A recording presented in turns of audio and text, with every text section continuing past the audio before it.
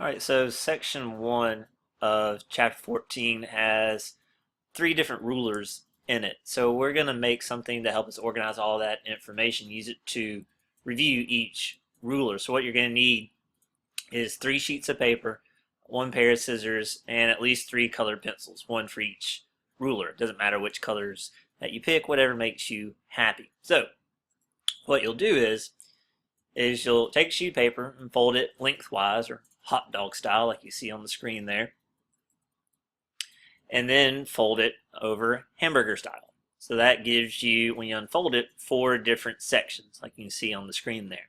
Yep. Now take the top of your paper and fold it to the middle line, which I highlighted in red on the screen there, just like that. Right, so you're going to take the top of your paper and fold it to the middle line. Now do the same thing with the bottom, and you end up with something that looks like that, almost like a little pocket. Now, cut along the center line to make a flap on top. Right? And then you're going to do the same thing to the bottom. So you end up with 4 different flaps that can open and close. Right? So you'll label 1 flap country, 1 flap on the outside religion, 1 religious policy, and 1 labeled important info. So after we go over each ruler, you'll stop and fill this out. You'll lift up the country flap and you'll write inside what country they ruled. And then you'll do the same with the religion. Are they Protestant or Catholic? And then you'll do the same thing with religious policy. Do they have a moderate religious policy or a really extreme radical religious policy where they wanted everyone to be exactly the same and use maybe violence to achieve that goal? And then inside the important info, of course, the important information about that ruler that we cover. So you're going to do this 3 times. You're going to make 3 separate foldables, right?